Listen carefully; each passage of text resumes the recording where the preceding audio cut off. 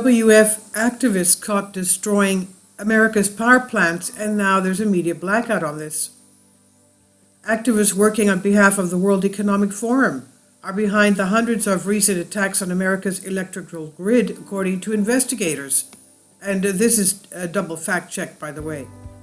Federal authorities opened an investigation into the attacks on utility companies and the electrical grid, which totaled 106 between January and August 2022, following a substation shooting in North Carolina that caused thousands to lose power for days. Headline USA reports a single person fired with a long rifle at the Duke Energy facility at the Wateree Hydro Station in Ridgeway, and then drove away, according to law enforcement reports. To prevent further inquiry into the shooting, investigators and the mainstream media falsely blamed it on right-wing extremists, according to Daily Mail reports. Investigators claiming that the attack aimed to prevent a drag show for kids at the Sunrise Theater in Southern Pines, which a group promoted ideology hosted at 7 p.m. that night. The theory fits within the Department of Homeland Security's belief that right-wing extremists have had specific plans to attack electricity infrastructure since at least the year 2020. A few days before the attack in Moore County, North Carolina, 2 electrical substations were shot and deliberately near Portland, debilitated. The shooter or shooters targeted both Portland General Electric and Bonneville Power Administration in Clackamas County.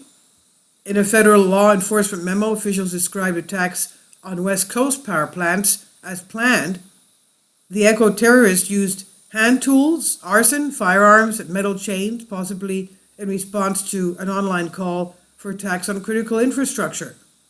They would come prepared for obstacles, according to the memo. In recent attacks, criminal actors bypassed security fences by cutting the fence links, lighting nearby fires, shooting equipment from a distance, or throwing objects over the fence and onto the equipment, the memo said. The destruction of the energy grid would benefit foreign powers like China and Russia, as well as left-wing extremists who see continued fossil fuel use as the existential threat to humanity. This is by Sean Addleton of the Dubai News Punch. Please leave your comments. Thank you for your support. Kindly support my Patreon account.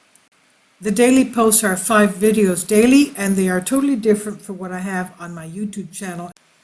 Thank you so much for your support and that you find all my content so interesting. You'll find the Patreon account details in the description box below.